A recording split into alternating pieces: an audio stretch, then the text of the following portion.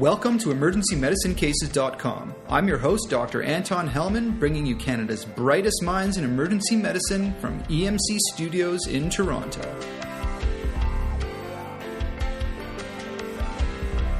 Our experts on this episode number 10 on Trauma Pitfalls are Dr. Dave MacKinnon and Dr. Mike Brzozowski. Dr. David MacKinnon is an emergency physician and trauma team leader at St. Michael's Hospital in Toronto. He is also the emergency medicine postgraduate coordinator at that site. He completed his residency training at Queen's University in Kingston, Ontario. Dr. Mike Brzozowski is an emergency physician and trauma team leader at Sunnybrook Health Sciences Centre in Toronto, where he is the emergency trauma liaison with the trauma program. He completed his residency in emergency medicine at the University of Toronto in 1993 and trained in Toronto, New York, Denver, Baltimore, and Perth, Australia in the field of trauma. Trauma kills more people under 45 years of age than any other cause, and death from trauma often occurs in the first few hours. What you do in those first few hours will make a huge impact on your patient's outcomes.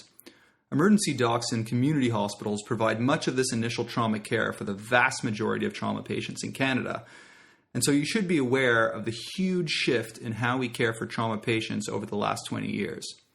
While ATLS is a great starter course for the unexperienced emergency doc, there are many key nuggets of wisdom that you should know about trauma that you can't find in the ATLS manual.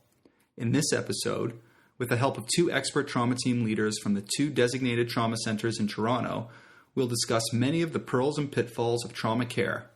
We'll talk about damage control resuscitation, including permissive hypotension, hemostatic control. We'll talk about the indications for Tranexamic Acid, cryoprecipitate, Recombinant Factor 7A, and PCCs like Octoplex. We'll talk about intubation considerations, the best vascular access options, the limitations of imaging, the value of lab work in trauma, the value of trauma scores, the use of hypertonic saline, therapeutic hypothermia, managing raised ICP, how not to miss penetrating extremity vascular injuries, how best to prepare patients for transfer to a trauma center, the evils of pan scanning, and who needs a chest tube when. So without further ado, I'd like to welcome Dr. Brzozowski and Dr. MacKinnon and jump in with the big case. The cases for this episode have been truncated so that we can spend more time discussing the controversies and pitfalls rather than the details of the case. The first case is out of a 25-year-old male belted driver who was racing his car at 3 a.m. on a city street.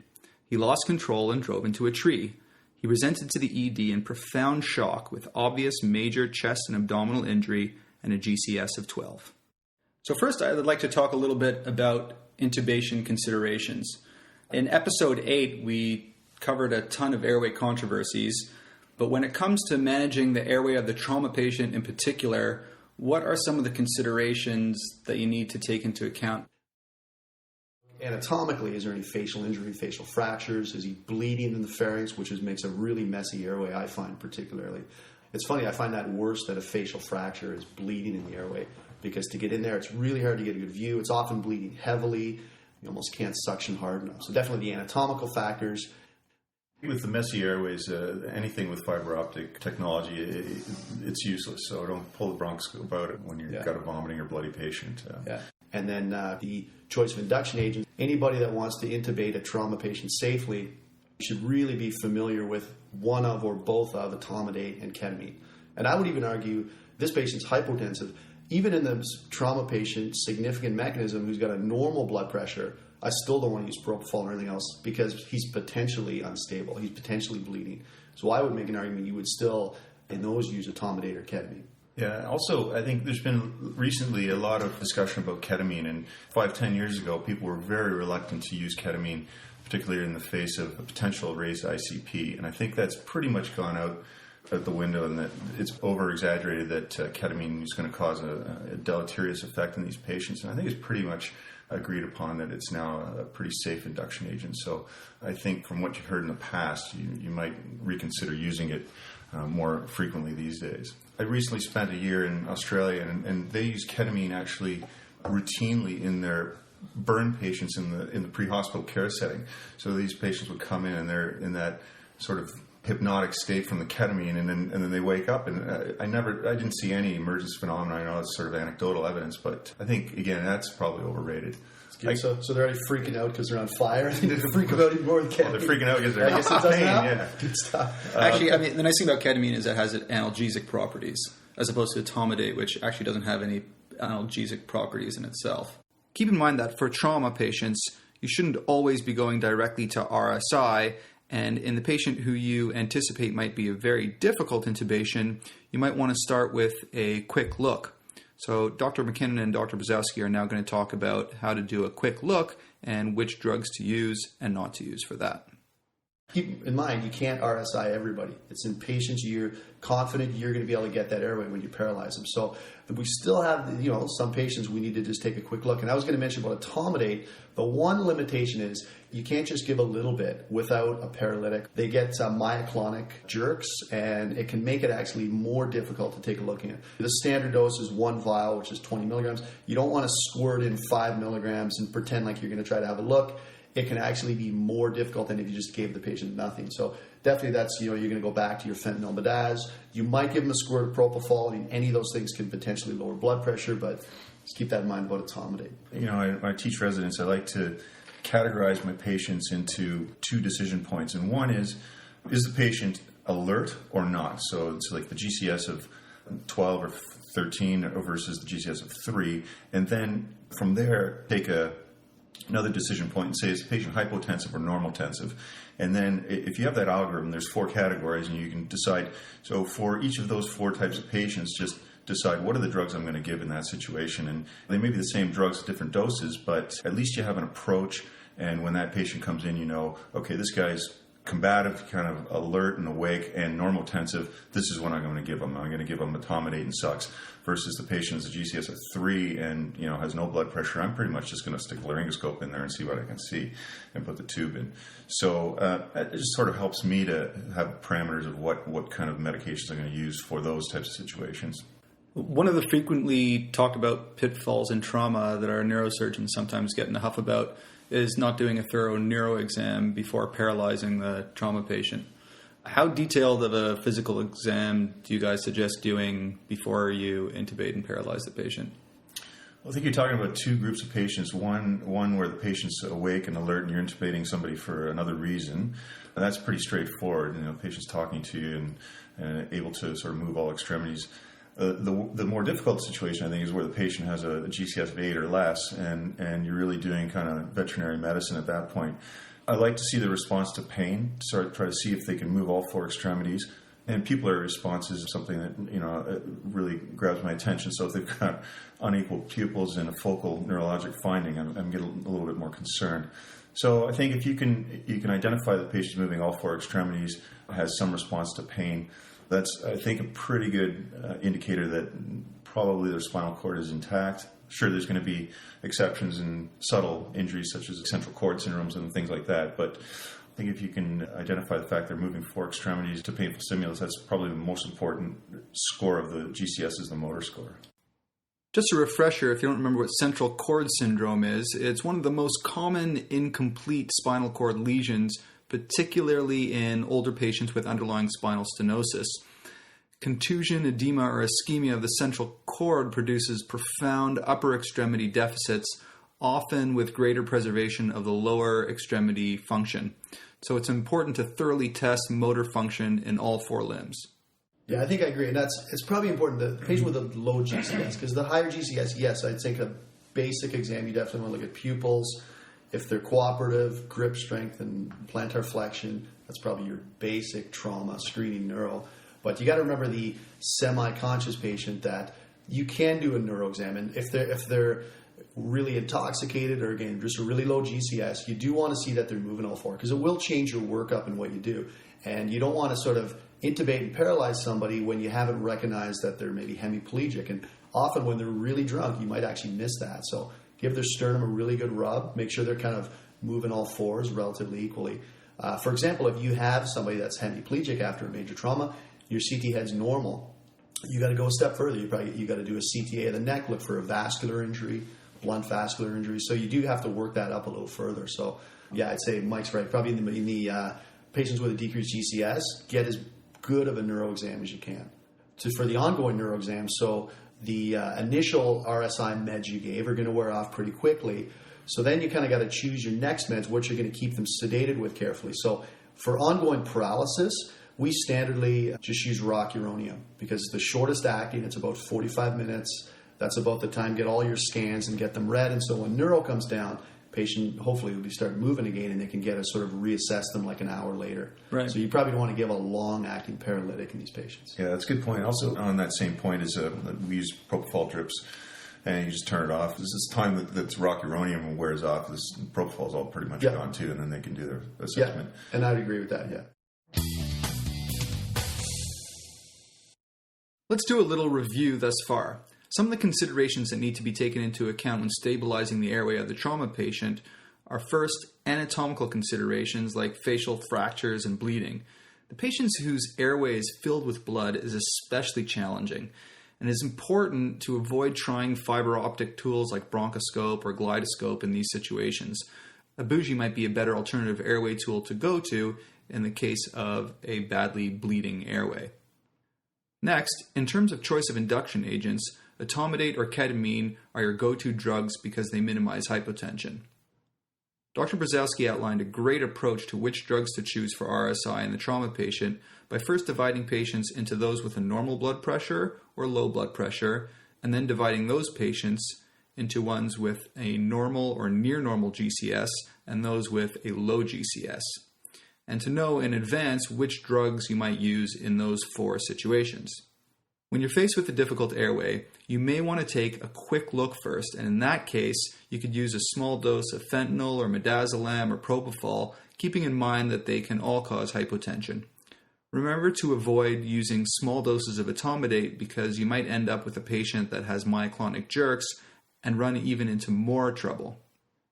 It's especially important in the obtunded or comatose patient to do at least a basic neurological exam, including a pupillary response and motor response of all 4 limbs, because a patient may have a cord lesion like a central cord syndrome or may have a blunt vascular injury like a carotid dissection, both of which need further workups beyond just a plain CT of the head. As far as post-intubation meds go, the trauma experts prefer rocuronium, which will last about 45 minutes, and propofol, which can be turned off quickly.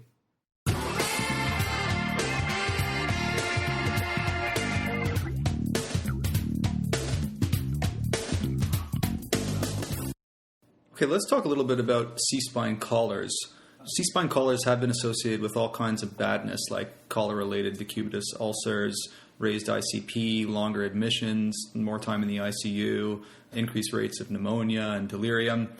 Not only that, but there's good evidence that C-spine collars really only provide a small amount of immobilization, and that the C-spine still does move a lot even inside the collar, especially if you're going to try and intubate with the collar on, which we don't. That's why we use manual inline mobilization. What could we be doing to minimize potential iatrogenic injury related to C-spine collar use? Well, I agree with that, actually, Anton. That C-spine collars, to me, I'll sort of go out on a limb and say that they're a marker, they're a sign that this patient's neck has not been cleared, and that's about it. So you can move your neck quite a bit in a C-spine collar, and I think probably the best way to immobilize the neck, particularly if it's a large person with a short neck, it's difficult to get the collar on, is a couple sandbags and some tape, and that probably provides as much immobilization, if not more, than a C-spine collar. Clearing the neck is probably the priority in these patients, but that's often difficult in the acute situation. But if you're worried about the patient's neck, I'd probably just put them in some tape and some sandbags and take those precautions rather than necessarily putting a collar on. I kind of agree. Yeah, I think you're right. You're right when you say the collar is just like a marker. I think it is just telling people to be careful. I've seen stuff where they've looked at people that don't even have a collar, and we're not flopping people's necks around. People are actually, if they're aware of a potential of a C-spine injury, people are pretty careful moving them.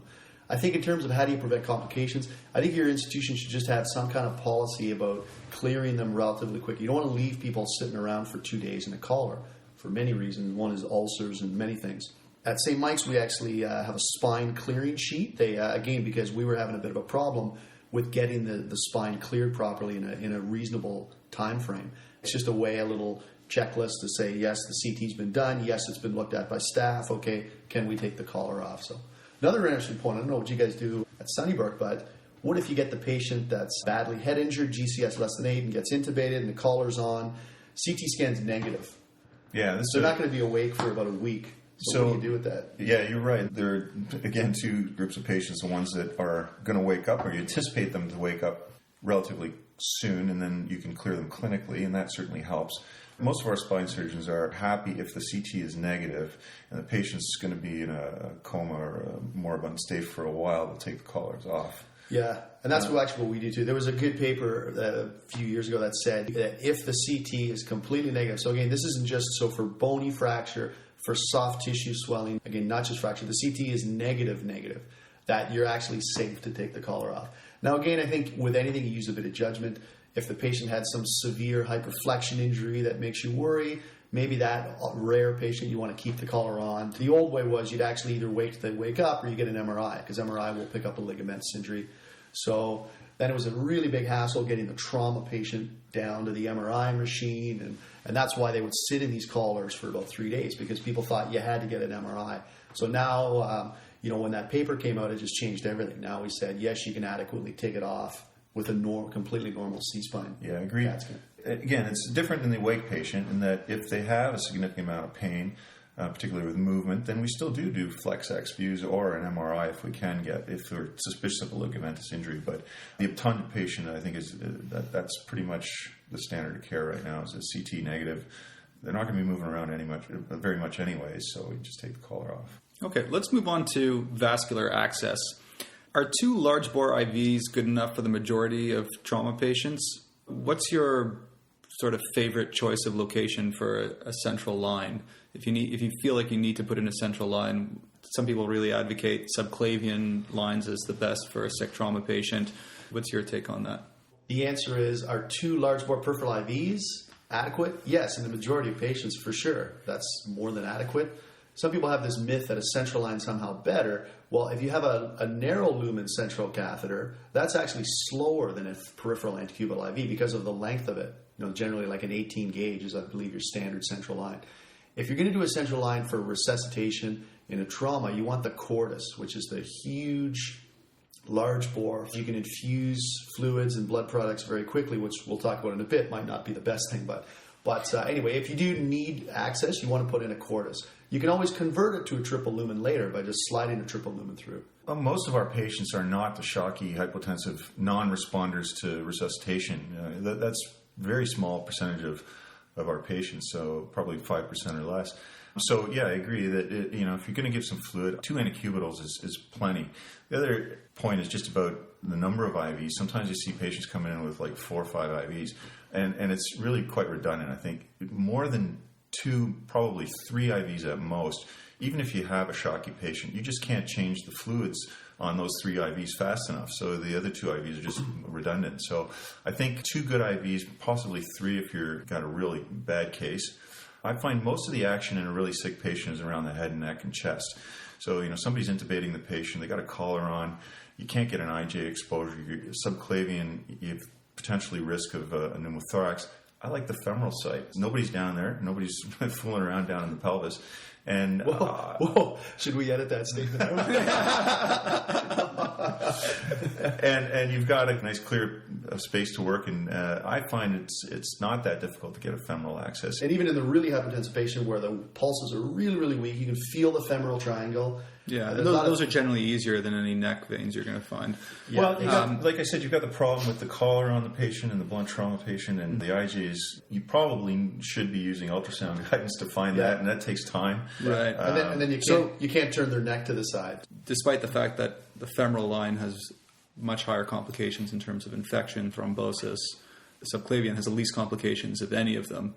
But they can always put a subclavian in once the trauma patient's been transferred and stabilized. And for sure, yeah. This is the patient that's really sick. This isn't your stable trauma patient that you can wait and have a few different people try peripheral IVs. This is your pretty sick patient. So I'd sort of put the question, when was the last time your average emerge physician put in a subclavian line? Probably been a long time. And in the heat of the moment, you're going to be able to get one in pretty quickly. Like, I'm not so sure. But I mean, my impression would be that most people have done a femoral line. That's kind of their go-to line. That's mine. That's kind of what I go to when I really need access, or the arrested patient or the really sick trauma patient. I think most of us are just more comfortable with that. I think the big risk, I mean, infection, any line put in the emerge, there's a high risk of infection. Our ICU generally changes our lines, within about, I think they have a policy, within 24 hours, something like that. But it's mainly the thrombosis. And yeah, it's a real risk for sure. Get it out as soon as you can. Again, it's probably going to be changed within a day or two. But that's probably the bigger risk. But I think that risk is outweighed by just the comfort with the procedure and the fact that it's more accessible. The other little point is, if you've got a really sick patient, you don't know where they're bleeding from, it's nice to have access above and below the diaphragm as well. So if you got a femoral line and you got a couple antecubital lines, I think you've covered off all your bases. If there's any big pelvic bleeding, or you're worried about a big vein injury or IVC injury, then you've got the upper extremities that you're resuscitating as well. So. Yeah, and that's the caveat. And we get that a lot. So a gunshot or a stabbing patient to the abdomen, and you go to put in a femoral, they're often the patients that are the sickest, and you go to put in a femoral, and there's this theoretical thing, well, what if the IVC is injured? I mean, first of all, I'd say if the aorta is injured, most of those patients die on scene. Yes, they might make it, but most of those patients have died on scene. So what if the IVC is injured? Again, a lot of those patients die on scene. Most of the injuries aren't the IVC. And I think, it's not like all the blood gets, bleeds out in the abdomen, or all the products you're giving gets out in the abdomen. Yeah, I'm probably going to want to try to get an upper extremity access in that patient as well. But I think you're still fine to go with the femoral, because the vast majority won't have an IVC injury. I'm going to throw another thing into the mix here that I know is a bit controversial, but I had a case about a month ago where there was a young fella who was shot in the abdomen, and he, unfortunately, as a young child, had about 95% of his body surface area burned, and we could not find any vascular access. It was completely keloid and scarred everywhere. And the only access we got was bilateral IO intraosseous access in his tibias. And we resuscitated him enough to get him to the OR. Unfortunately, he didn't make it. But the IO is your rescue line. If you've got nothing else, I still do jump on that bandwagon and use it. There's some kits that are available now that are pretty easy to use. It's like basically putting a drill bit in the tibia, and then you stick a line in, and you can infuse anything through that. I think if ortho can do it, drill. That pretty much says anybody can. So, but I mean, in kids, the IO is the first line you'd go to in a crashing kid for any reason, pretty much. Because you can get an IO in way faster than an IV in a 1-year-old. I was going to make a little comment. So it's interesting the case you use, because that's one of the rare cases I've heard where actually, absolutely, I think that's IO is absolutely indicated in that patient to burn most of the body. But my sort of hesitation on the IO, I get the sense it's being promoted for widespread use. People are saying, do 1 or 2 tries at a peripheral and then do the IO. And they're saying, bypass the femoral line, just go right to the IO. I'm not sure we're at that point yet. I mean, the last couple of weeks I've done a little literature search on the IO. I'm not so sure that gets into your circulation as quick. So the tibia, what's the drainage of blood from the tibia? Like, is there a big vein coming out of there? I don't think so. So it's kind of getting soaked in. I haven't seen good literature on the rates that the fluid's delivered. I'm a little hesitant. I think in the rare patient that you really can't. I mean, you gave a good example of somebody that probably really needed the IO. I'm not ready to kind of jump on the bandwagon. And then on top of that, there's actually a couple case reports of amputations. One had compartment syndrome, one had necrosis of their lower leg from the IO, and had to get amputated. So I'm not sure we're ready to jump on the bandwagon and put a hole in somebody's bone when, again, we're talking about a small percentage of people that get in the IV early really, really makes a difference. And then of those, and even a very, very small percentage that you truly can't get access elsewhere. Yeah, I'm just not ready to jump on the bandwagon. Right. I think it's one of those things you need to have a couple in your emerge that you should probably use once every, once a year maybe, or whatever it is.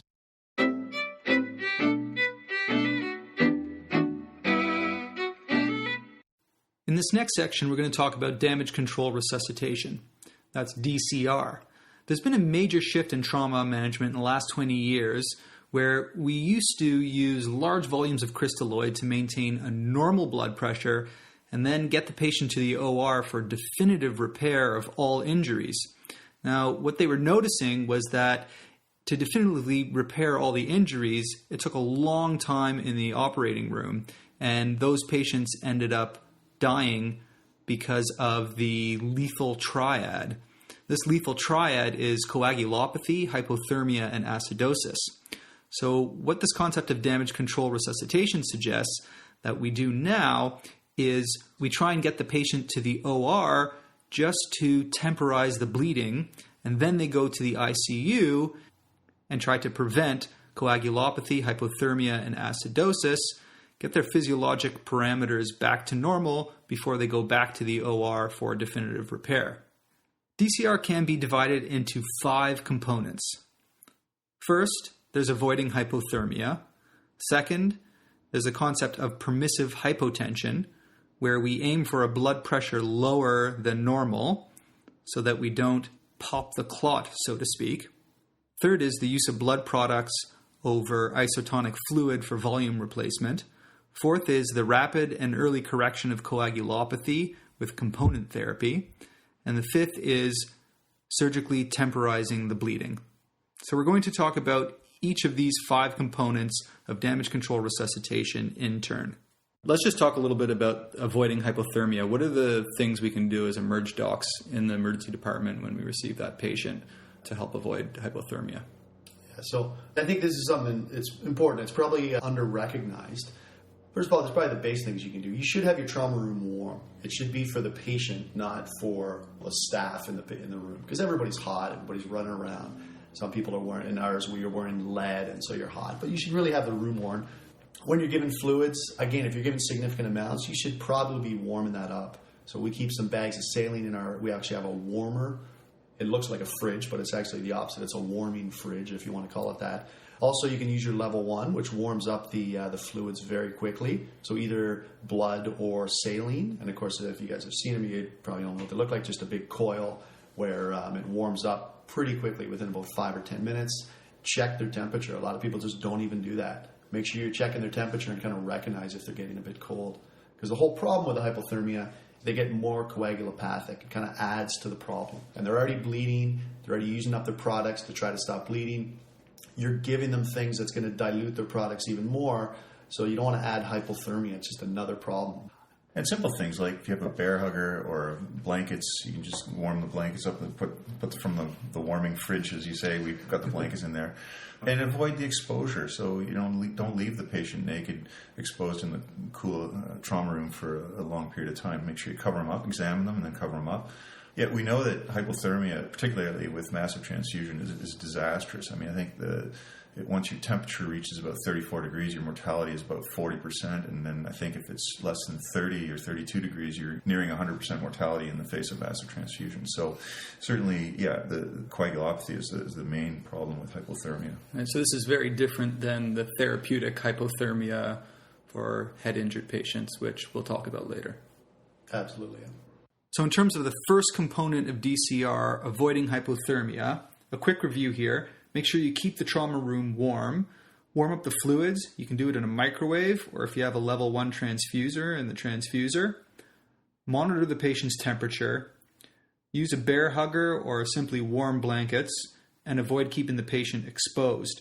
The reason why we want to avoid hypothermia is because it adds to the coagulopathy, particularly with massive transfusion, and it increases mortality. The second component of DCR is permissive hypotension. It basically is allowing the blood pressure to be slightly less than normal to promote thrombus formation while still providing enough perfusion to end organs. In other words, the goal of permissive hypotension is to prevent increasing the blood pressure to a threshold where forming a thrombus will not be able to achieve hemostasis and rebleeding occurs. This has also been called popping the clot. So the idea is that you want to keep the blood pressure low enough to avoid exsanguination while maintaining perfusion to the end organs. Well, this, I think, started back in the mid-90s.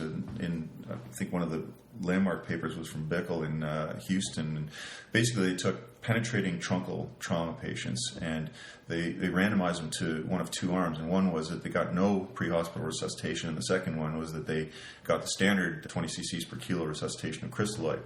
And there was a modest increase in survival in the non-resuscitated group, which was kind of an interesting point, giving these patients no resuscitation in the pre-hospital care setting, but they're actually doing better. So this was sort of a paper that raised a lot of eyebrows, and people started saying, well, maybe we shouldn't be shooting for, the normal, quote-unquote, blood pressure of 120/80 or whatever, and that we allow these patients to remain hypotensive. Theory is that you're not going to pop that clot off the aorta or the vessel that's been ruptured, and if you raise the blood pressure higher, then it may sort of dislodge the clot and cause more bleeding. And there's lots of animal studies and some clinical trials that have shown that to be true. I think the one caveat with that is that when it was talking only about penetrating trauma, not blunt trauma, and it also occurred in a center that probably not a lot of us could practice this at home because they had very short ED to OR time. So the patients arrived, they had a trauma surgeon standing by, they're in the OR within minutes, and they're doing a definitive procedure, and that is stopping the bleeding surgically. So that was one of the caveats with that. But I think we're all a little bit more conscious of the fact that we don't need to resuscitate our patients to a normal blood pressure anymore. It's okay to let them have a little bit of hypotension. My general rule of thumb is if the patient's awake and alert and they have a radial pulse, that's probably good enough. Again, about 20% of our patients also have a significant head injury, and the worst thing you want to do for a head injury, we know that the mortality increases with hypoxia and hypotension. So this is not the group that you want to apply permissive hypotension to. That is the patients with close head injury. Even one documented episode of hypotension with a significant head injury makes for a really bad outcome. So in the non-head injured patient, what kind of blood pressures are you aiming for? So I don't like putting a number to it for a couple of reasons. I like Mike's thing where if you're awake, you have a radial pulse, I'm happy. If you get the 20-year-old slim female and you have the 80-year-old who's got a history of hypertension, you're aiming for very different numbers. And so in the 20-year-old female, her normal blood pressure might be 90 on 60. So you're happy with less than that. Whereas in the hypertensive patient, you're not really happy with 90 on 60. It kind of depends. I know there's some hard numbers out there. Some people say to use the MAP. Some people say use the diastolic blood pressure. There's different things. Right. So the MAP is supposedly a better indication of tissue perfusion than the systolic blood pressure is. And so a lot of traumatologists recommend using the MAP to guide you. Do you think we should be using these devices, these central venous catheter devices, to measure tissue perfusion? Should we be going with what you said, just sort of the basic blood pressure depending on the patient? Should we be using the MAP? What can we tell our listeners in terms of what to guide us? I'll sort of talk about the MAP first. I mean, my take on it is this, is that most of us aren't sitting there calculating the MAPs. Some of the BP monitors will sort of show you the MAP in really tiny letters. I just don't think, with the sort of the lack of real evidence that it really makes a big difference to pick a number, and the fact that the MAP isn't right there on the monitor in front of you, that I'm not sure we should be aiming for an exact MAP. I think most of us still look at the blood pressure and the heart rate. One of the problems with things is you got to put the whole picture together. Is how quick are you going to go to the OR? Are you on your way up right now? Are you going to be delayed for an hour? Are you at another center where you have to transfer for an hour? So I think there are too many factors just to pick a number and sort of say. Yeah, and I think these venous monitors, I think, would be technically difficult. We don't certainly use them. And I'm sort of an old school purist that I'm still going back to my clinical indicators. And is the patient awake? Is the patient making urine? They're well perfused clinically. And certainly if they're unstable, then the definitive treatment is to get them to where they need to be and fix the problem. That's the OR. So, yeah, I think I still rely more on clinical judgment than any fancy monitors. Yeah, we actually had the tissue sat monitor for a while, sort of for a trial period. One of the problems, it took you a while to learn what number was normal and what number means what. And then the second thing is, what do you do with that? The other thing is you have a big trauma team and many people involved. Systolic blood pressure is something that everyone understands automatically.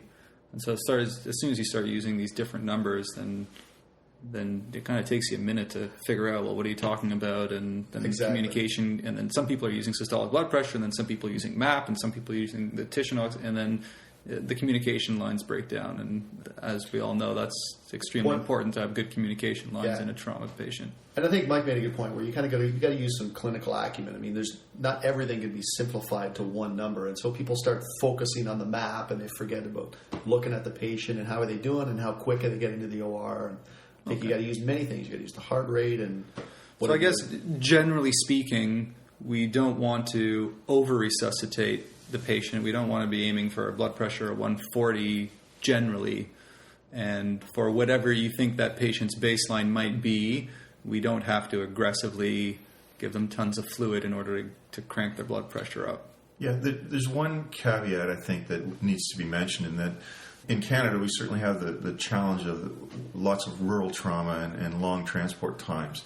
And I don't know that anybody's really looked at this too carefully. But your transfer time to a trauma center is going to be 2 hours. Are you happy leaving these patients hypotensive for that period of time? Much different than in an urban setting when the transfer time is like 10 minutes or so. So I think that's one of the challenges, particularly if the patient has blunt trauma and the pressure is 80 and you're in Collingwood and you're coming to Toronto. That's a bit more difficult to answer, and I'm not sure I know the answer to that. I worked up in Moose Factory, which is way, Collingwood is the deep south compared to Moose Factory. It is up on basically the Moosonee River, which empties into James Bay, which empties into Hudson Bay. It's really far. It's closer for me to go to the northern tip of Florida than to go to Moose Factory. That's how far north it is. So that's not a patient going to be 2 hours. That's a patient could be 8 hours before you get them to a trauma center. Brings up a great point.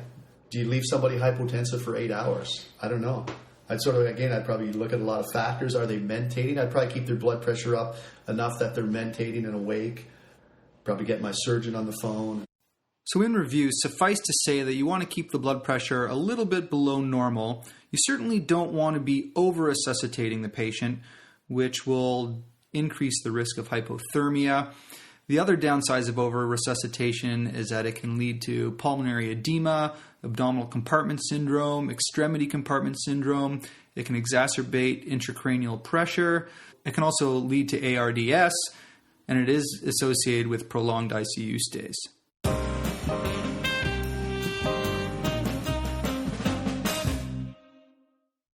People are starting to understand a little bit more about coagulopathy and trauma, and we used to think it was primarily dilutional, and that was the only reason that people got coagulopathic. But there was a great study from London, England, where the helicopter service there studied all their trauma patients when they arrived, and they had received minimal fluid, like probably less than a liter of crystalloid. And I think about 40% of them already had a coagulopathy present from their injury. So that's an INR greater than 1.5. So we now know that not only is crystalloid resuscitation causing coagulopathy, but also their injury is actually precipitating some coagulopathy in itself. So we've talked about the first and second components of DCR, that's hypothermia and permissive hypotension. Next, we're going to talk about the use of blood products, and specifically the use of blood products rather than the use of a lot of crystalloid for volume replacement. Traditionally, resuscitation has begun with a couple liters of crystalloid, followed by packed red blood cells, and then followed by FFP after one blood volume is lost. And then what often happened was there was unacceptable coagulation lab profile that came back a few hours later, and then you chased all that down, again, not being proactive about the coagulopathy. So there's a new concept now of a 1-to-1-to-1 ratio of packed red blood cells, FFP, and platelets that you give early on in the resuscitation. So the following discussion is going to be about this 1-to-1-to-1 ratio. I think the most difficult thing for me clinically for these patients is deciding what's the trigger to start the damage control resuscitation. Who are the patients that are going to need this, and how to identify them early on? Because a patient comes in with some moderate hypotension, are we going to start giving them blood products right away? Or, most of them are responders, so you give a liter of fluid and they stabilize and their bleeding is somewhat minimized, and they don't continue on bleeding, and they probably don't need any blood. But it's the ones that are the obvious hemorrhagic shock, they've got a proximal amputation of their leg, they're going to need blood products. Those are probably the ones that the literature suggests, primarily from literature in the military, that are going to need massive transfusion and lots of blood products. And those are the ones I think we should maybe hold back a little on the crystalloid and start giving blood products early. But if you look at where the current literature then comes from, the military studies, they're just retrospective looks back at really sick trauma patients. And they looked at the ratio that different people got. And the one study that comes to mind was they divided into three groups. And one was kind of if they got 5-to-1 or greater. Another one was 2-to-1. Another one was 1-to-1. Well, the problem with that study is the person that got 8-to-1, they probably got about 16 units of blood and, maybe 2 units of FFP. Well, that patient was really sick. Patients got 1-to-1. I don't think anybody was getting 16 units of blood and 16 units of FFP because people haven't really been doing that. So it sort of selects out that the people with the higher ratios probably got a lot more units of blood. And so by definition, they were sicker. So I'd expect their mortality to be higher. So they've sort of converted that into saying, well, that it's because they got more units of blood, that's why they had worse outcomes. And not sure we're ready for that. I think you need a randomized trial, to be honest, for something like this. We don't know whether you can give 4 units and nothing else, and you'll probably find those patients get 4 units. Whether it's 6 units, you should start giving 1-to-1. Like, we don't really know. I think you probably need this is something that really needs a randomized trial. Yeah, that trial is actually happening, and it's going to start in the new year probably. We're one of the centers, I think, that's going to be involved with the U.S. There's a great paper by an investigator named Snyder in the Journal of Trauma in February of 2009, and he talks about this concept of, without getting too technical about it, but it's an important point, it's called survivor bias. And essentially, fresh frozen is more difficult to get from your blood bank. So you've got packed cells usually in your trauma bay, and they're readily available right away. So you can start giving red cells right away. But fresh frozen takes about 90 minutes, maybe 60 to 90 minutes for it to thaw and then get into the trauma bay. So in those studies, if you look at the time that the patients received their blood products, most of them got the red blood cells right up front, like Dave said, and then after about 90 minutes, you'd start giving fresh frozen. And it's the patients that received a lower ratio of fresh frozen to red blood cells died before they could actually get the fresh frozen. If somebody survives for 5 hours, they're going to get a lot more FFP, and the ratio is going to be good. If somebody only survives 2 hours, they probably got 16 units of blood and 2 units of FFP. So they got that, so-called bad ratio, but it's just because they were going to die anyway. So they died before they could get the good ratio, is the bottom line. And the ones that are going to live probably lived anyway, and the ratio was inconsequential. So all that being said, how many units of red cells do we need to give before we start with FFP, before we start with platelets? Probably when you're looking around one body volume of blood, so 4 to 8 units of packed red cells, I think that's probably the trigger that I'd start giving fresh frozen or platelets as well. So our protocol is about 4 units of blood, and then you should start thinking about giving some clotting factors. Yeah, and I think that makes sense. I mean, I think the answer to the question really is probably we don't know yet. We don't know when you should start this. If you do a fast and the belly's full of blood and you've got a pelvic fracture and the patient's still normotensive, I'm still probably giving that patient some blood early on, rather even before they start to crash. There's a whole bunch of things that are controversial about this damage control resuscitation. It's also going to wreak havoc on the blood banks. The universal donor for fresh frozen is from a patient that is AB positive. Okay, so they don't have any of the antibodies that you'd be concerned about when you're transfusing somebody with fresh frozen. So it's the opposite of red cells. It's the O negative is the universal donor for fresh frozen. It's AB positive. The problem with that is that, first of all, about 4% of the population is AB positive, so getting those donors is going to be difficult. On top of that, about 40% of the donors are males. And the problem with female donors is that they have these HLA antibodies and that are predisposed patients to TRALI or transfusion-related lung injury. So you've got a really select population of AB positive donors. If we started giving damage control resuscitation to everybody, you'd probably tax the blood banks on this fresh frozen supply pretty quickly. Yeah. What do you think? I've heard people talk about going back to good old whole blood. Yeah, that's got everything in it. It's got your exact mix. It's coming around again, and I think that there's some studies in the military again that are looking at that. I'm told it's really difficult to store that and the half-life is a lot shorter. That's part of the reason I think that they separate the products when you donate it. Plus, you give a unit of blood, you can actually then help many people. Like if somebody just needs platelets, maybe at some point we'll go back to whole blood. Yeah, again, what's old is new again, huh? That's right. So we've come to the last component of damage control resuscitation, and that is surgically temporizing the bleeding. So we've talked about avoiding hypothermia, permissive hypotension, the use of blood products over crystalloid for volume replacement, and the rapid and early correction of coagulopathy with component therapy.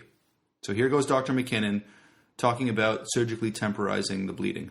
Our surgeons have really kind of gotten on board with You get, let's say, our first case where really injured patient, young person, is really hypotensive, multiple sites of bleeding, and get him to the OR quick.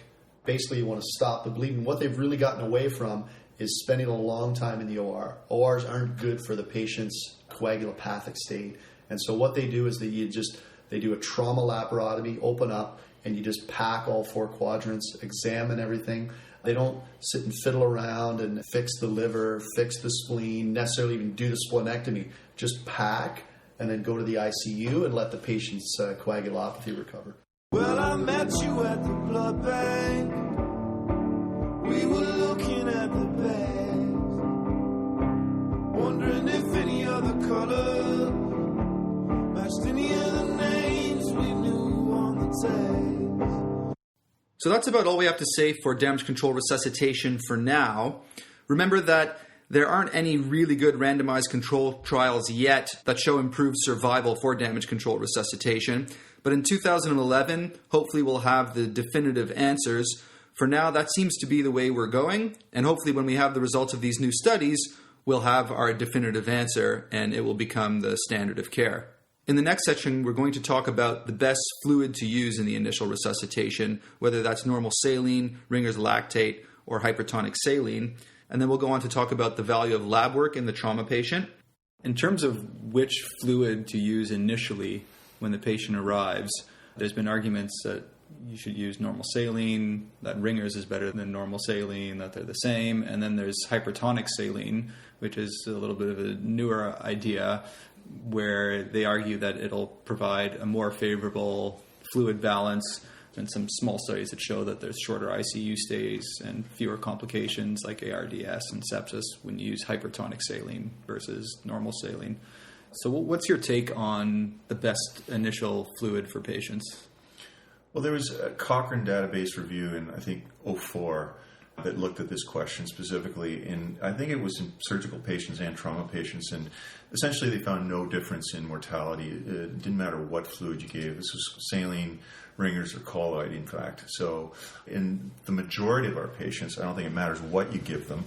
The really sick ones, it might make a difference, but I don't think anybody's really shown a difference in survival in any of those patients. I like to think I'm a nice, simple guy, and I think in Emerge, we've got lots to think about, and I want to keep things nice and easy and simple. So our take on it was, one, to keep things nice and simple. Saline's readily available. It's cheap. It's there. It's compatible with pretty much anything you want to give, medication or blood. Ringer's lactate is one of those things where it's completely a theoretical benefit. It's just theoretical why it's better.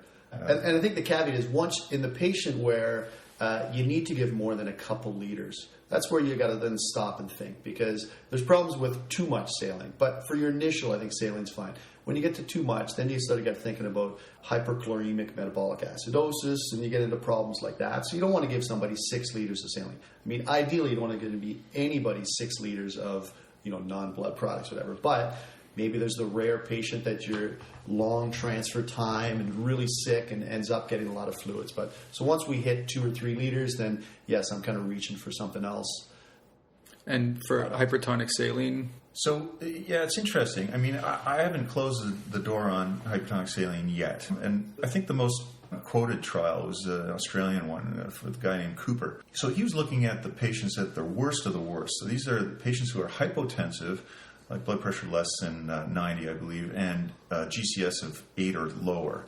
And they were either randomizing them to standard resuscitation or hypertonic saline. Now, if you read the trial, they say there was no significant difference in mortality. Both study groups did better than their predicted mortality. So it's a bit of this Hawthorne effect. When you're under the microscope doing a study, then they perform better, and so their survivals are better. But if you look at the way they set the trial up, they were looking for a 20% improvement in survival in between the two groups. So I challenge you to tell me another therapy that increases survival by 20% in patients that are already GCS 8 or less and hypotensive. So they're How about anything in medicine, period, that decreases your well, maybe mortality by chemotherapy.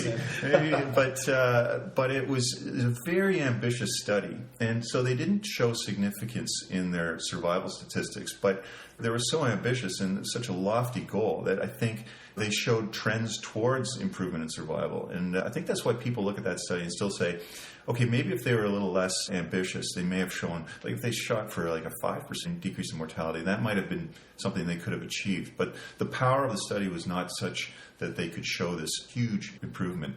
I agree, it's not sort of mainstream, and I'm not sure I'm ready to use it routinely, but I still think there's some hope for it. And I think there's probably still some studies that need to be done for that. Maybe they help a very, very select group of these people, but you're right, they just haven't shown it yet with hypertonic saline. They haven't shown it with ringers, and so it hasn't been accepted for widespread use. Yeah, that actually brings us to what the value of lab work in trauma patients is in general. So there's some people who like to use the base deficit. There's some people say that lactate is better than the base deficit. Can you just give us an idea of whether you find lab work in trauma useful at all? And if you do, what do you use? Sure. So let me maybe jump on this one first, because sort of one of my flags is that there's a big push in the surgery world that specifically the arterial base deficit is kind of the best blood work marker. And I don't think that's necessarily true. I think the literature, basically, a lot of it on it supporting it is written by surgeons in the U.S. There's specifically a couple that are very influential, and they really believe that it is. And so it's almost like opinion papers. And there was one study that I loved. It was basically compared the venous bicarb, just on your venous regular electrolytes, the venous bicarb versus the arterial base deficit, showed that it was exactly the same. And I think there are a lot of markers you could use. The reason surgeons want a marker like this, so again, the mainly ones been used are the arterial base deficit, venous base deficit, bicarb, or lactate. They feel they're a sign of underperfusion of the tissues. And yes, they are, for sure. You get acidotic when you get underperfusion of the tissues.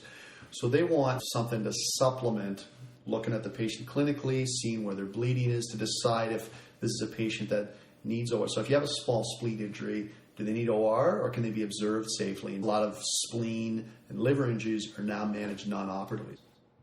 And the one reason that it's a problem is because now you have to do an arterial puncture. If you really want the arterial base deficit, and that's sort of the one thing, I mean, it's going to delay you a few minutes in the trauma room, and is it worth it when you can just get the venous bicarb or do a venous blood gas with your regular blood work, and you've got, to me, it's the exact same equivalent number. I don't rely on any of those parameters very much so in the trauma bag. The only thing you want to get is the creatinine, so you know if you can give the patient contrast or not in the CT scan. But you're even if they are in renal failure, you're still going to give it. You do. Yeah. I mean, well, your protocol, yeah. We just give the contrast. Correct. I mean, and deal with it after. Yeah. The risk of contrast-induced nephropathy is really low, even in patients with a high creatinine. And so our standard is to give it. We actually don't wait for it. The techs are always asking, what's the creatinine? We just kind of, we've now trained and we just override it. Fair enough. Yeah. It isn't nearly fast enough for you. It isn't nearly fast enough for you. It's what I was afraid of. I stumbled into view. Okay, let's go on to our second case. This is a case of a 40-year-old emergency doctor who's a marathon runner as well, who fell asleep at the wheel while driving home on the highway after an overnight shift. He rear-ended a tractor-trailer. He comes in complaining of belly pain with perfectly normal vital signs and a GCS of 15. One common pitfall in trauma patients is the failure to recognize early shock. Which patients do we need to have our radar out for when it comes to occult shock? What are some of the clues that the patient could be in occult shock? I mean, I think we're all going to look at the vital signs. That's which he's going to tell you, is he in shock or is he not in shock? But so the person that comes in with normal vital signs, I think a big thing probably we all look at is, what was the mechanism? Do you have a mechanism that he could have a significant injury? And if he does, then I'm worried about it. I worry that he's bleeding. You know, you could call it occult shock, like he's going to become hypotensive soon, but I would just say I'm worried that he's bleeding, that we're going to need to do something. I mean, our trauma director is always saying he considers any trauma patient unstable until you've proven that they're stable. So until you've done the workup and done any imaging you need, and then you can say, okay, I've got all these studies, these are his injuries, now I'm happy. But until then, you just got to presume that anybody with a significant mechanism is or may be bleeding, and you want to find that out soon. That's great. So every patient is unstable until proven otherwise. Until you prove that they are. And every patient has every injury you can think of until proven otherwise. So, Dave, you've hit on the history. I'll go to the trauma physical, and it has to do sort of more with physical exam and investigations. But by and large, hemorrhagic shock is caused by one of four things. The blood is either in the chest, it's in the abdomen, it's in the retroperitoneal space, most often caused by a pelvic fracture, or it's on the floor, meaning it's bleeding into an extremity or out of an extremity, or there's a laceration or the blood's on the floor. So you can easily eliminate those areas or rule in those areas of hemorrhage by a chest x-ray, a fast examination, and a pelvis x-ray, and then just looking at the patient. So I think if you see blood in any of those areas, see a big hemothorax or a positive fast, then you've got the potential of blood loss and you can anticipate the patient may be going into shock. I think the other thing to remember is that I don't like using categorizations of shock, but if you do look at the ATLS classification of shock, you only start to become hypotensive after you've lost 30% of your blood volume. So you're down 1.5 liters of blood, and then you start to get a dip in your blood pressure. So that if that's the first time you see a change in your vital signs, it's almost too late at that point. So again, a high index of suspicion from your mechanism and those looking at those four areas of common blood loss, I think, are your useful indicators. Okay, and the patients in particular, I mean, this patient's a marathon runner, healthy young guy whose resting heart rate's probably about 50, and if he comes in and his heart rate is 70, then that's a relative tachycardia. What are some of the other patients we really need to look out for in terms of interpreting their vital signs? We all sort of focus on blood pressure, but we got to keep in mind it's age dependent. So the elderly patient, you expect them to be, they're probably walking around, most of them, when we see it for other reasons in the ED, they're hypertensive or they have relatively high blood pressure. So their pressure of 110 on 70 might be really low for them. So that's, again, why you want to work them up, really look at the mechanism, do your physical. As Mike said, you want to get your chest, pelvis, and x-ray and fast pretty quickly. That'll give you a pretty good idea whether you should kind of worry about them a little more. Yeah, and don't forget about patients on medications too. So you guys on a atenolol, a beta blocker, and they're not going to respond in the same fashion that somebody who's not beta blocked is going to get a tachycardia with hypotension. So I think, yeah, the good point of the elderly patients, I think, are particularly worrisome in that they have very abnormal vital signs at the best of times. And so normal vital signs may be a harbinger of bad things to come. Yeah, you could probably extend from medications to drugs. So a patient comes in on cocaine, maybe they're going to be tachycardic hypertensive. They're going to maybe keep their blood pressure up a little bit. So the big pitfall here is assuming that a normal heart rate and blood pressure excludes hemorrhagic shock. There have been a few recent studies that showed that heart rate was neither sensitive nor specific for identifying patients with hypotension. Elderly patients are a whole different kettle of fish as far as interpreting vital signs in trauma goes. They're often on multiple medications, and they may mount a deceptive response to hemorrhage, partly because their baseline heart rate and blood pressure might be very different. Let's say the patient comes in with a low blood pressure, you give them some fluid, and their blood pressure normalizes. Don't assume that the bleeding has stopped. The patient with significant ongoing hemorrhage may show an alternating pattern of normotension and hypotension. They call this a sort of sawtooth pattern. You might be lulled into believing that the response to volume resuscitation with elevation of the blood pressure represents the bleeding being stopped. This so-called sawtooth pattern of alternating normotension and hypotension often reflects transient response to ongoing or intermittent fluid resuscitation. What you don't want to do is assume that each fluid bolus returns the patient to a state of normal physiology when in fact the overall shock state and acidosis is worsening.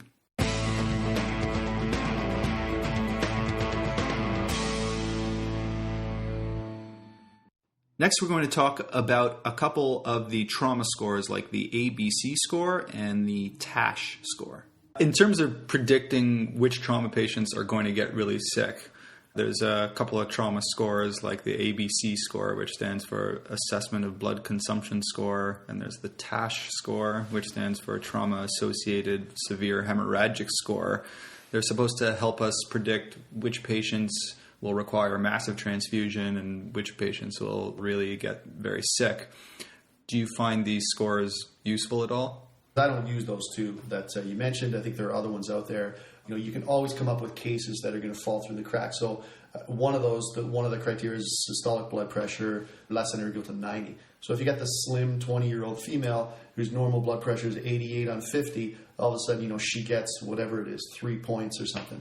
You get the patient with ascites from liver disease. He's got a positive FAST, and that's one of the criteria. All of a sudden, he gets 5 points, and, he jumps up on the scale. So there's lots of problems with these scales. And I think they've shown it with other things in medicine. The Wells criteria came out, and it was great and perfect. And then when they look back at other studies, it actually physician judgment's just as good. The San Francisco syncope rule, first study, it looks awesome. Our population was really good. Then they try to replicate it, and it doesn't look good anymore. And physician judgment was actually better in one study than the San Francisco syncope. There's lots of rules like that, and that's why I haven't sort of taken on these scores. I just don't think they're very useful. They're not going to guide you. In fact, I think, if anything, they could mislead you into the trauma room, either to thinking the patient's more stable than they are, or they're more unstable than they are. I'm a pretty simple guy, and I have trouble remembering the Glasgow coma score. So, what's that? Yeah. so remembering all these other scores. I mean, that's criticism behind the Canadian C-spine rule and the CT head rules are that they're too complicated, and Nexus is much simpler. But so I think that applies to these rules as well. I have a hard time remembering them all, unless I had them on my trauma sheet every time and referred to them. Like a simple thing like, is your ankle fractured? You can come up with a nice rule and do less x-rays. But a complicated question like, which of this trauma patients who have every system of their body involved, which one is really sick and which one's not? It's just too complicated of a question to, I think, simplify to a score. Let's keep this simple.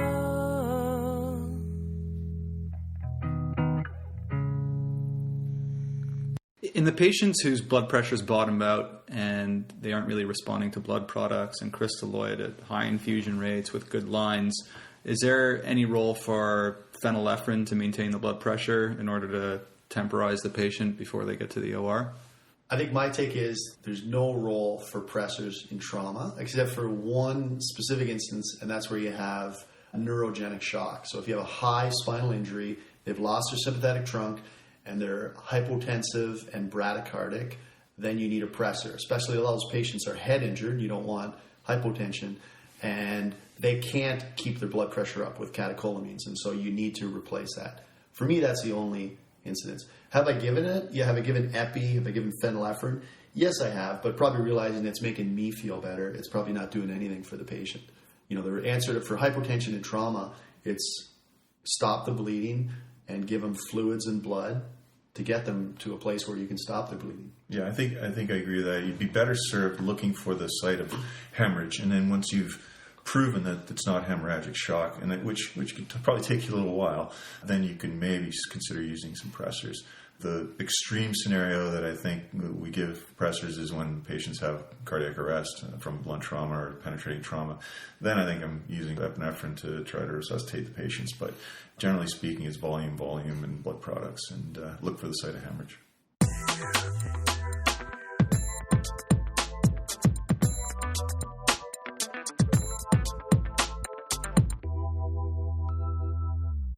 There's recently been quite a lot of hype around the use of hemostatic drugs in trauma, like recombinant factor 7, prothrombin complex concentrates like Octoplex, and Tranexamic Acid. Let's talk about each one of these in turn. So recombinant factor 7, there was this big trial called the Control trial that was actually recently reviewed at the U of T Journal Club. And the bottom line from that seemed to be that recombinant factor 7 really wasn't that useful except for in hemophiliac patients.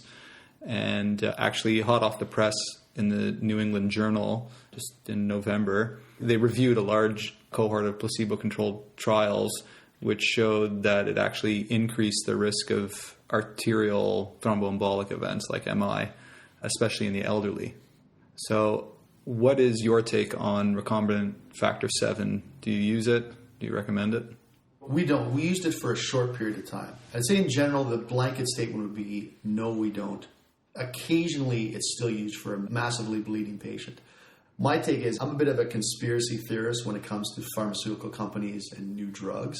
And so, to me, this Control 2 trial, it's just basically the same story come in full circle with many other drugs or interventions that we've done that cost money and that somebody's making money off of. So Nizirotide for CHF. With Factor 7A, the early trials, small studies, it looks really good. It seems to stop the bleeding. They don't recognize the complications because we don't have enough patients yet. Hasn't been put into widespread use. So in the early trials, the rate of thrombotic events is low because they have low numbers. They sort of sell it as it's a great drug, kind of somewhat gets widespread use, and now we have the bigger trials saying, no, hold on a second. Yeah, we did use it for a while as well when it was sort of hot off the press as well. I think it's well recognized that tissue factor exposure is one of the things that triggers this, and patients that are elderly with atherosclerotic disease and septic patients as well, probably relative contraindication for giving it, and that's borne out by the fact that there were more complications in those patients.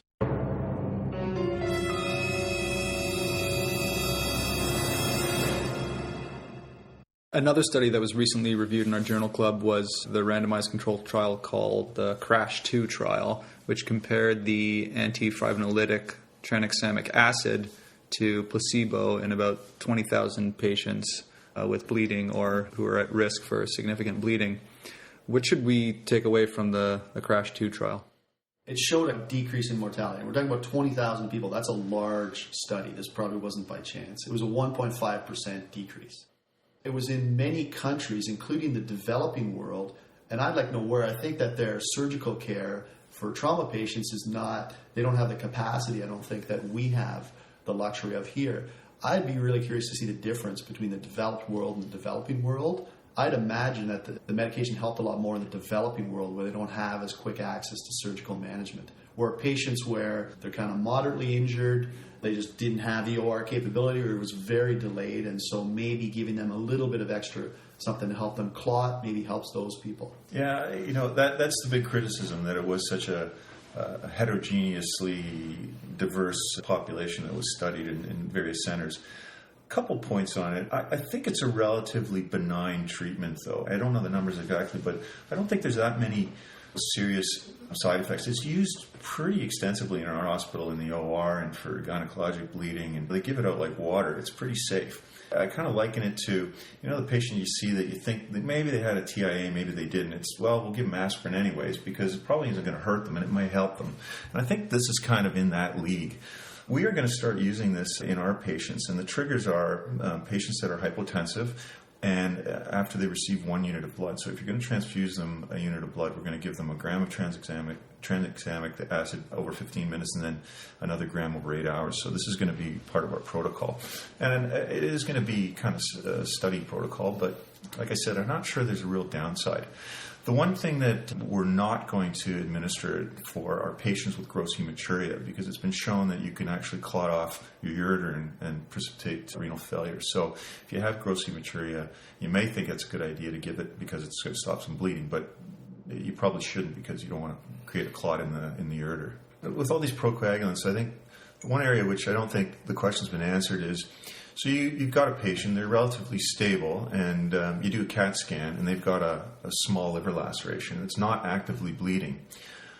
Are those the patients that we should be maybe giving these things to prevent them from getting secondary hemorrhage or from bleeding in the ICU? And I don't know that anybody's answered that question, but it kind of raises a point of interest that you've got stable injuries, but should we give them some procoagulant to perhaps prevent it from further bleeding? The bottom line with these procoagulants are, first, recombinant factor 7A is probably generally on its way out because we're recognizing now that there's a lot more complications than we originally thought when the original trials came out, especially in elderly patients with atherosclerotic disease or septic patients, for example. Some experts still believe that factor 7A should be considered when there is severe hemorrhagic shock that's persistent beyond the administration of 6 to 8 units of red blood cells and plasma, or when an underlying coagulopathy, such as a patient on warfarin, is complicating the clinical picture. Tranexamic acid, on the other hand, seems to be gaining momentum, although it's really only based on this one trial, the CRASH-2 trial. It is a cheap drug, it's relatively easy to give, and there's been quite a track record with it already for gynecologic patients and patients bleeding in the OR. The CRASH 2 trial did have its problems. It was a very diverse population. Perhaps once they start doing the sub-analyses, we'll have a better idea of exactly which patients will benefit most by it. But so far, overall, it looks like there's about a 1.5% decreased mortality with tranexamic acid in general for the trauma patient. Stop that train, I'm leaving. Stop that train, I'm leaving. Let's say you have a 70-year-old man who's got a history of AFib, who's on warfarin. He slips on the sidewalk, smashes his head, and comes in altered. Normally we have to wait a few hours for the FFP to thaw. Sometimes the patient's in triage for a while, there's a delay, and then by the time that you even start reversing the INR, it's kind of too late in a way. That's when this drug Octaplex came along, and some of the neurosurgeons are using this medication. They recommend that the emergency doctors use it early on to try and rapidly reverse the INR. And it has shown to be able to rapidly reverse the INR. Like within an hour, the INR is completely reversed.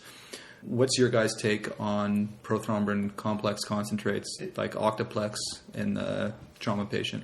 So it actually does work, and it's almost immediate, the effect, not an hour, but it's right after you give it, the INR is pretty much corrected.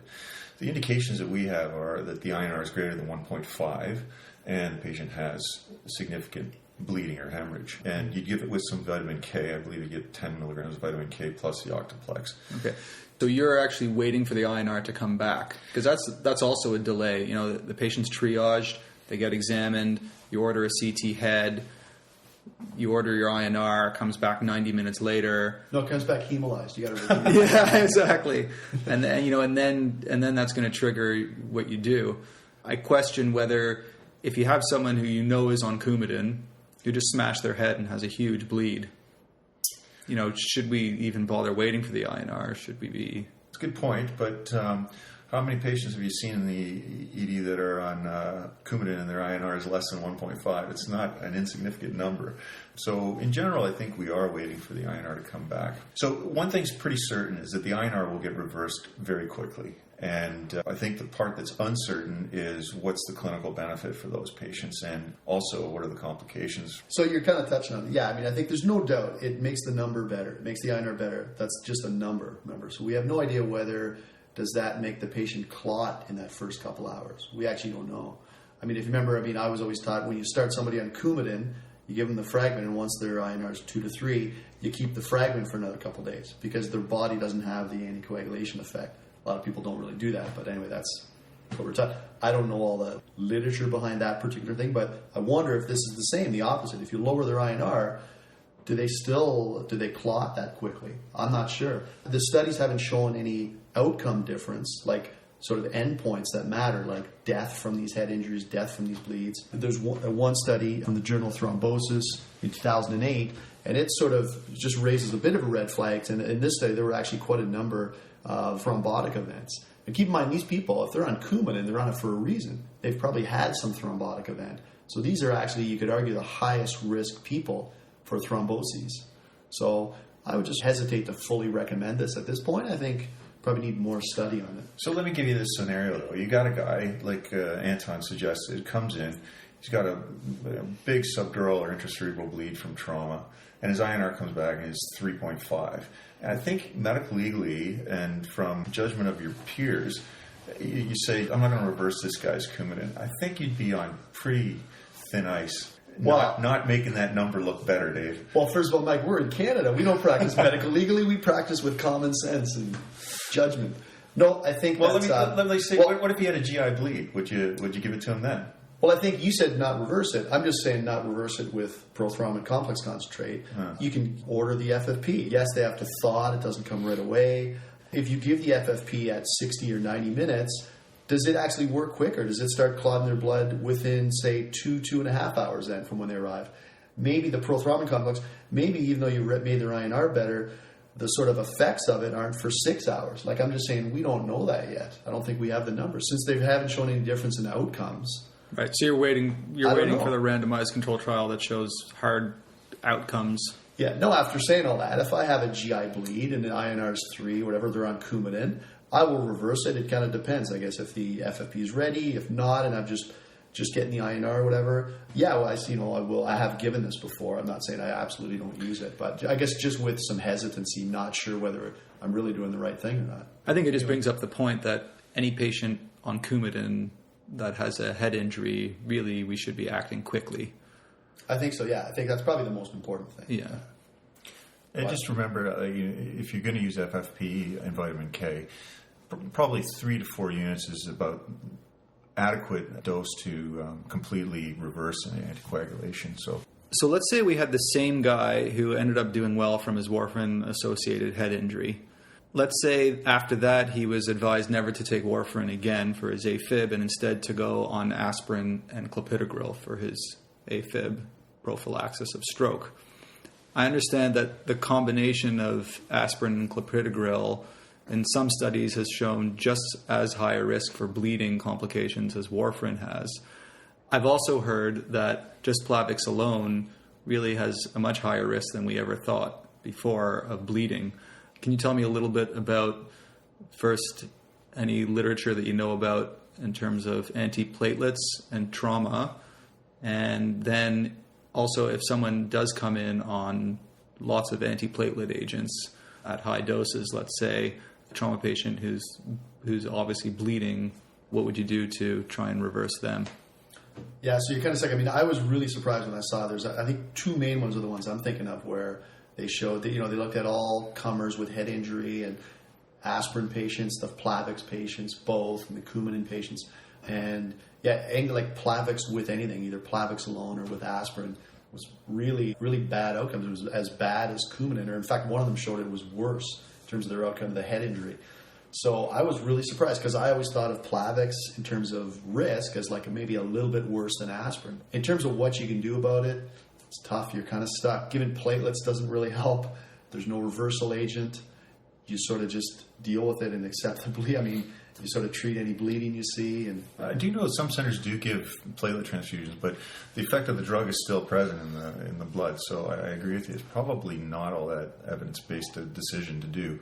The bottom line, what I take from those studies is we should just sort of respect the injury of the patient on Coumadin, whether it's head injury or any other, any other kind of trauma. Just really respect that Plavix a lot more, because I certainly do now.